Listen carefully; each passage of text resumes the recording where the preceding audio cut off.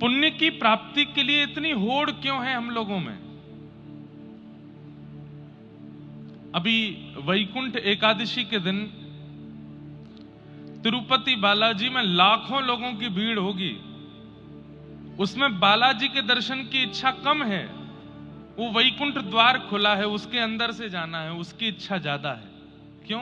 क्योंकि वैकुंठ द्वार से निकलेंगे तो वैकुंठ की प्राप्ति हो जाएगी। कर्म सुधारने नहीं है, व्यवहार सुधारना नहीं है, विचारों में पवित्रता लानी नहीं है, लेकिन जिससे भी वैकुंठ की प्राप्ति हो वो सारे पुण्य करने हैं। ये कैसे संभव हो जाएगा?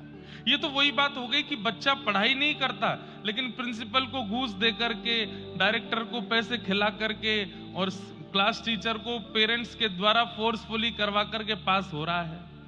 पास तो हो जाओगे, लेकिन बिना अध्ययन किए पास करने पर आगे चल करके जो दुविधा और संकट का सामना करना पड़ेगा, अनपढ़ हो तो फिर आगे कुछ भी समझ में तो आएगा नहीं, भली डिग्रियां कितनी भी ले लो। आज भारत में अधिकतर लोग, धार्मिक लोग, पुण्य की डिग्री लेने पर तुले हुए हैं। कुछ नहीं तो एक बार, महाराज जी महीने में 2 बार खाटू श्याम जाते हैं हम, महाराज जी 6 महीने में 1 बार सबको लेकर के तिरुपति जाता हूं, मैं सबको तिरुपति दर्शन कराता हूं, 2-2 लड्डू सबको दिला के लाता हूं, महाराज जी 2-3-4 दिन में 1 बार हम इतना दान करते हैं, पुण्य करते हैं। ये क्यों? ये पुण्य की इतनी होड़ क्यों लगी है हम लोगों में? और फिर क्या कहते हैं कि पुण्य से क्या होगा? भगवत प्राप्ति। ना, भगवत प्राप्ति पुण्य से नहीं होती। पुण्य से क्या होता है? स्वर्ग की प्राप्ति होती है।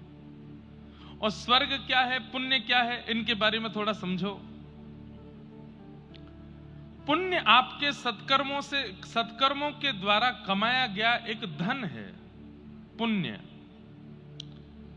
जिस धन से आप स्वर्ग में एंट्री कर सकते हो।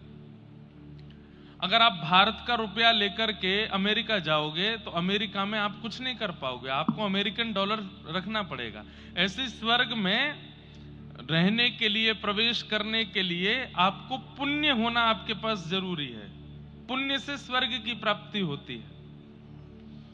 यहां पर किया गया सत्कर्म, यहां किया गया दान, यहां किया गया उपकार, यहां किया गया गरीब कन्याओं का विवाह, असहाय बालकों की पढ़ाई की फीस, संतों को जिमाना, ब्राह्मणों को जिमाना, आश्रम बनवा देना, पंखे लगवा देना, लाइट लगवा देना, उस पर अपना नाम लिखवा देना, सप्रेम भेंट, इन सबसे पुण्य की प्राप्ति होती है। और ये सारे पुण्य आपको स्वर्ग लेकर के जाते हैं, ठाकुर जी नहीं मिलते। और स्वर्ग क्या है? 5 स्टार नहीं, 7 स्टार नहीं, 10 स्टार नहीं। भारत में तो अभी विश्व में तो 7 सितारा होटल ही होता है सबसे बड़ा, लेकिन स्वर्ग को क्या है? उसको 100 सितारा होटल कहें तो वो कोई कम नहीं है। 100 सितारा होटल है स्वर्ग। और उस स्वर्ग की खास बात क्या है? वहां जाने वाला व्यक्ति वृद्ध नहीं होता। पहली बात, वहां जाने वाली व्यक्ति के दाढ़ी मूंछ नहीं आती। वहां जाने वाला व्यक्ति सदा युवा बना रहता है। वहां जाने वाला व्यक्ति कितना भी खा ले पेट नहीं भरेगा। वहां जाने वाला व्यक्ति कितना भी पी ले उसकी प्यास नहीं बुझेगी। वहां जाने वाला व्यक्ति कितना भी दौड़ ले वो थकेगा नहीं। मतलब आप जितने चाहो भोग सकते हो, वहां आपका मन नहीं भरेगा। स्वर्ग में ऐसा भी है, अभी मन हुआ इडली खानी है, तुरंत इडली बन के आ जाएगी। मन हो गया कि मुझे तो डोसा खाना है, डोसा आ जाएगा। मन हो गया कि नहीं मुझे गुजराती पाना है, तो गुजराती प्रकट हो जाएगा। और वो भी ऐसा नहीं कि इसमें नमक कम है, मिर्च, जैसा आपके जीव को चाहिए वैसा स्वाद होगा। ये होता है स्वर्ग में। लेकिन क्षीणे पुण्ये मर्तलोकम विशन्ति, आप जितने पुण्य करके गए उन सबसे स्वर्ग मिलेगा, लेकिन हर क्षण जितनी देर आप स्वर्ग में रहते हैं उतने आपके पुण्य घटते चले जाते हैं। गंगा स्नान का पुण्य चला गया, तीर्थ यात्रा का पुण्य चला गया, ब्राह्मणों को जिमाने का पुण्य चला गया, कन्या विवाह का पुण्य चला गया, इस दान का पुण्य चला गया। जैसे जैसे आप वहां उपभोग करोगे पुण्य खत्म होते जाएंगे और एक समय ऐसा आएगा स्वर्ग के राजा इंद्र आपके पास एक पत्र भिजवाएंगे और पत्र में कहेंगे कि भैया अब तुम्हारे केवल इतने पुण्य बचे हैं और इस पुण्य के पूर्ण होते ही तुमको स्वर्ग से जाना पड़ेगा। आप कहेंगे कहां जाना पड़ेगा? बोले कि अगर तुम नरक होके आ चुके हो तो पृथ्वी पर जाना पड़ेगा, और नरक नहीं गए हो तो कुछ दिन के लिए नरक भी जाना पड़ेगा। क्यों? अच्छे पुण्य भोगने के लिए स्वर्ग मिलता है और पाप भोगने के लिए नरक मिलता है। दोनों को जब हम शून्य कर लेते हैं तब दोबारा पृथ्वी पे आना पड़ता है। समझ रहे हैं बात को? अच्छे कर्मों का भोग हम स्वर्ग में जाके करते हैं, बुरे कर्मों का भोग हम नरक में करते हैं। तो यहां किया गया जब वहां जाके सब बराबर हो जाता है तो फिर से जन्म लेना पड़ता है। आप कहोगे महाराज जी तो फिर ठाकुर जी कैसे मिलते हैं? भक्ति से, पुण्य से नहीं। पुण्य से स्वर्ग की प्राप्ति होती है, भक्ति से ठाकुर जी की प्राप्ति होती है। और आज भारत में हर व्यक्ति पुण्य करने पर लगा हुआ है। हमें भी कई लोग जो हमें नहीं जानते, जिन्होंने कथा नहीं सुनी, कभी फ्लाइट में, ट्रेन में, कभी कहीं पब्लिक प्लेस में मिल जाते हैं, तो वो लोग भी, उनकी भी केवल एक ही इच्छा रहती है, अब महाराज जी आप तो पंडित जी हैं। मैंने कहा हाँ पंडित जी हैं। हाथ देख के बता दो ना क्या रेखाएं कह रही हैं हमारी। अच्छा ये नहीं बता सकते तो ये बता दीजिए ऐसा क्या करूं कि मेरे जीवन के सारे संकट चले जाएं, सब अच्छा हो जाए। कुछ ऐसा बता दीजिए जिससे ये हो जाए।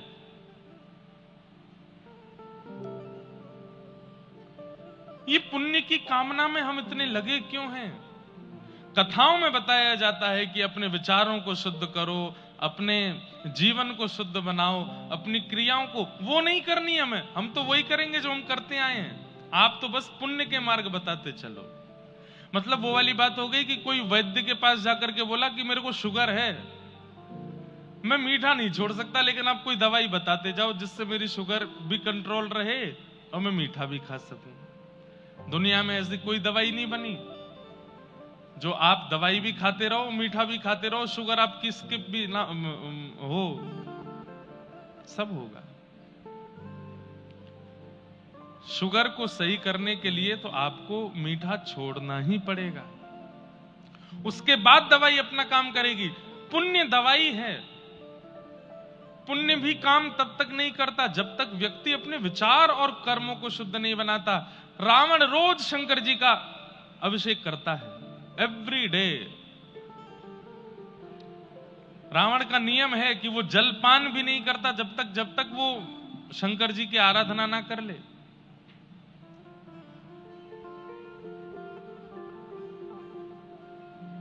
अरे स्वयं नई नई स्तुतियां बना करके शंकर जी के सामने गाता है। लेकिन ऐसे पुण्य का क्या फायदा जहां पर कर्म शुद्ध नहीं थे? रावण का अपराध और उस अपराध का दंड आज तक हम उसको दे रहे हैं। आज भी दशहरा मैदान में उसको जला रहे हैं। कभी कभी मुझे ऐसा लगता है कि रावण के जिस दोष के कारण उसको दंड दिया जा रहा है, ऐसा दोष तो भारत में हर व्यक्ति कर रहा है। कौन नहीं कर रहा?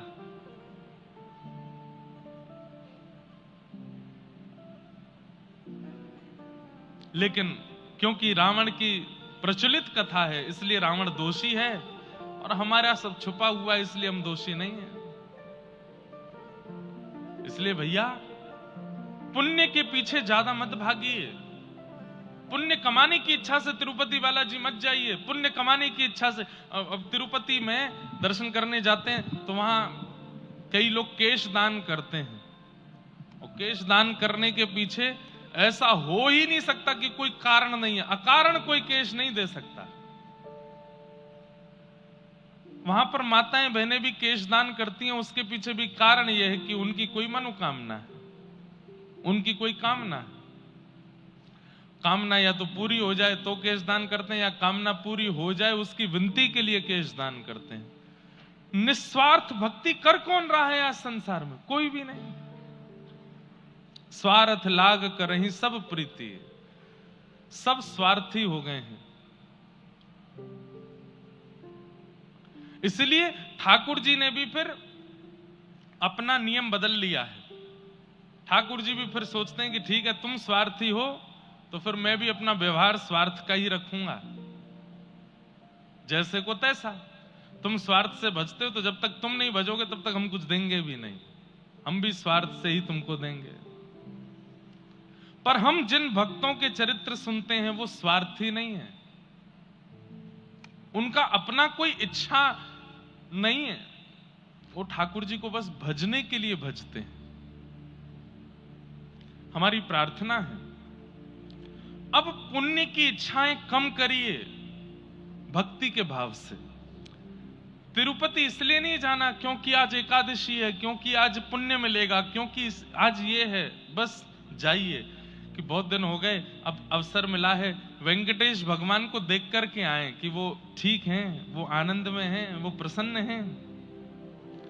और ठाकुर जी के सन्मुख जाकर के पूछ लिया कीजिए, नाथ कैसे हो आप, ठीक हो, राजी हो, प्रसन्न हो,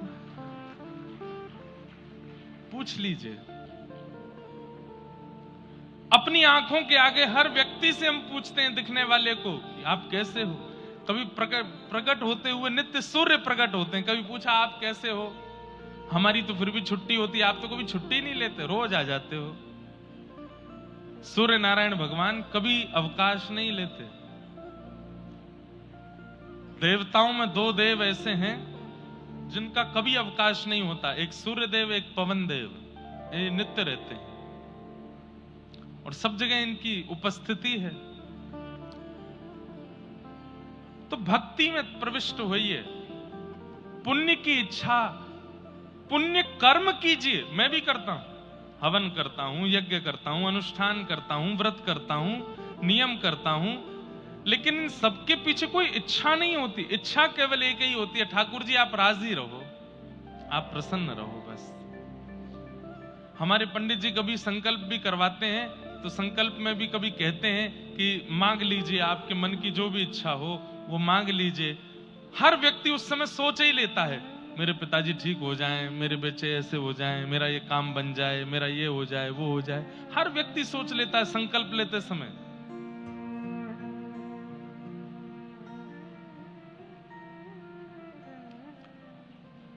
हमारे पंडित जी जब कहते हैं संकल्प लीजिए, कुछ मनोकामना हो तो आप मांग लीजिए, तो बस एक ही बात मानते हैं, श्री गिरधर लाल चरण सन्निधोः प्राप्त्यर्थम श्रीमद् भागवत अविचल भक्ति प्राप्त्यर्थम। श्री गिरधर लाल जी की सन्निधि मिले, भागवत जी की अविचल भक्ति मिले, कथा रस में भाव निमग्न हो। ऐसी इच्छा ना हो कि मुझे बहुत सुने, बल्कि ऐसी इच्छा प्रकट हो कि मैं जो कहता हूं वो मैं ही सुनूं और मैं सुनकर के खुद को परिवर्तित करूं। इन भावों से ठाकुर जी प्रसन्न होते हैं। नहीं तो ठाकुर जी केवल आपको पुण्य के बल पर स्वर्ग देकर के आपसे कंटक छुड़ा लेंगे, तो तू स्वर्ग ले, मेरा पीछा छोड़। भक्त की ये इच्छा नहीं होती। भक्त तो ठाकुर जी को मांगता है। इसलिए भैया पुण्य की कामना नहीं, पुण्य कर्म कीजिए, पुण्य की कामना से मत कीजिए। कामना उसमें भी भक्ति की कीजिए कि मुझे भक्ति प्राप्त हो, मुझे सरलता प्राप्त हो, मैं सहज हो जाऊं, मेरा मन निर्मल हो जाए। संत श्री कबीर दास जी महाराज का नाम सबने सुना है, पर उनकी जीवन गाथा किसी ने नहीं सुनी, बहुत कम लोग जानते हैं। श्री कबीर दास जी महाराज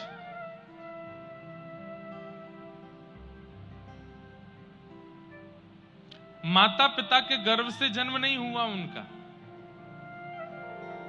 कैसे प्रकट हुए? हमारे भारत के आचार्य परंपरा के एक आचार्य प्रवर, परम पूजनीय प्रातस्मरणीय अनंत श्री विभूषित श्री रामानंदाचार्य जी महाराज, जगत गुरु श्री रामानंदाचार्य जी महाराज काशी में निवास करते थे। तो जब वो अपनी कुटिया पे बैठ करके भजन करते थे, तो एक ब्राह्मण परिवार का एक व्यक्ति, उसका नियम था रोज पत्र पुष्प तोड़ करके ले जाना, श्री रामानंदाचार्य जी महाराज को प्रदान करना, ताकि वो अपनी सेवा में उसको प्रयोग में ले सकें। सब लोग इधर देखो, ध्यान से सुनो, ध्यान से सुनना। नित्य पुष्प तुलसी जो पूजा की सामग्री होती थी, वो चयन करके वो ब्राह्मण देवता जाते और श्री रामानंदाचार्य जी को प्रदान करते। रामानंदाचार्य जी उससे अपनी पूजा अर्चना करते। एक दिन वो ब्राह्मण बहुत अस्वस्थ हो गया, जा नहीं पा रहा था, तो उसने अपनी एक बेटी को कहा कि तुम चले जाओ। दुर्भाग्य से उसकी जो बेटी थी वो बाल विवाह उसका हुआ था और वो बालक अवस्था में ही विधवा हो गई थी, उसके पति नहीं था। पिताजी ने कहा कि बेटी आज पत्र पुष्प तुम देकर के आओ महाराज जी को। वो बालिका निकली। श्री रामानंदाचार्य जी महाराज और भी कई संतों के ऐसे नियम होते हैं कि वो माताएं बहनों से पर्दे में ही मिलते हैं, सन्मुख नहीं मिलते। तो जैसे ही बालिका आई तो एक झीना सा पर्दा लगा हुआ था सामने। उन्होंने तुरंत अंदर से कहा, लाली पत्र पुष्प नीचे से दे दो बाहर। बालिका ने पर्दे के नीचे से पत्र पुष्प दे दिए। अब संतों का नियम होता है कि जब कोई माताएं आती हैं, बहनें आती हैं, तो कुछ ना कुछ प्रसाद जरूर देते हैं। बालक आवे, माताएं आवे, बहन आवे, संत जन कहते हैं रुक जाओ, कुछ लेके जाओ। तो रामानंदाचार्य जी बोले थोड़ी देर बैठो, कुछ प्रसाद देता हूं। अपने ठाकुर जी की आराधना करके ठाकुर जी को निवेदित किए गए जो पुत्र पुष्प थे उन्हीं को लेकर के कहा, बिटिया लाओ अपना पल्लू करो, हम देते हैं प्रसाद। अब उस बालिका ने जब पल्लू किया, पता नहीं रामानंदाचार्य जी के मन में क्या आया, और वो पत्र पुष्प देते हुए कह दिया, पुत्रवान भव।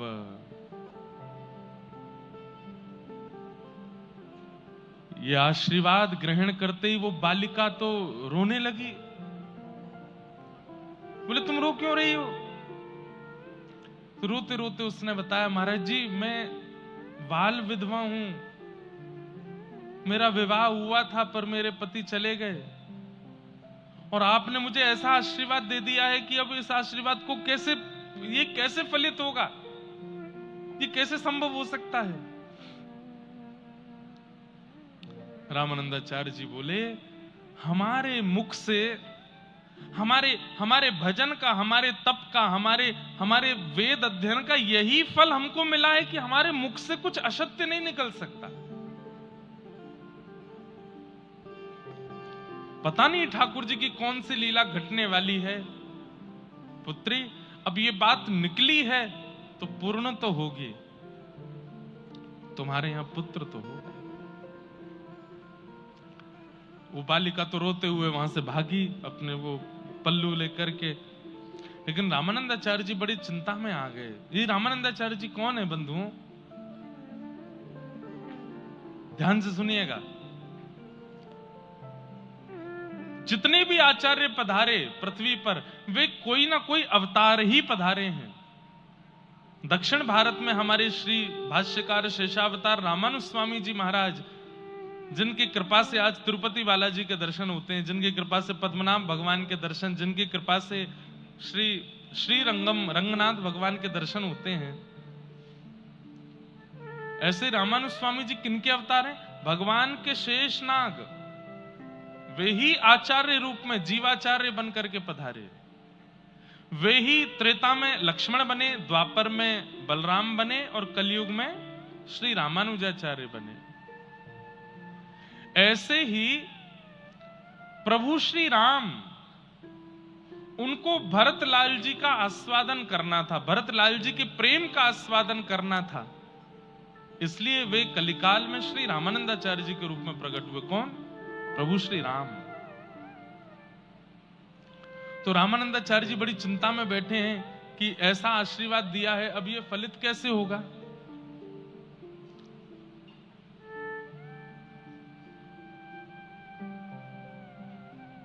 हमारे सूरदास जी महाराज कहते हैं, जो ठाकुर जी ने विधान रचा हुआ है उसको दुनिया की कोई ताकत नहीं मिटा सकती। अगर मुझे नीचे उतरते समय गिरना है तो मैं गिरूंगा ही गिरूंगा।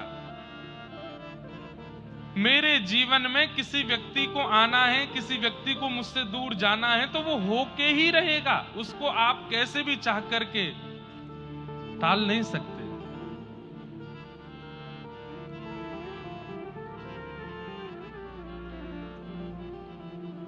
सूरदास जी का एक पद है, होनी टाले नाही टले,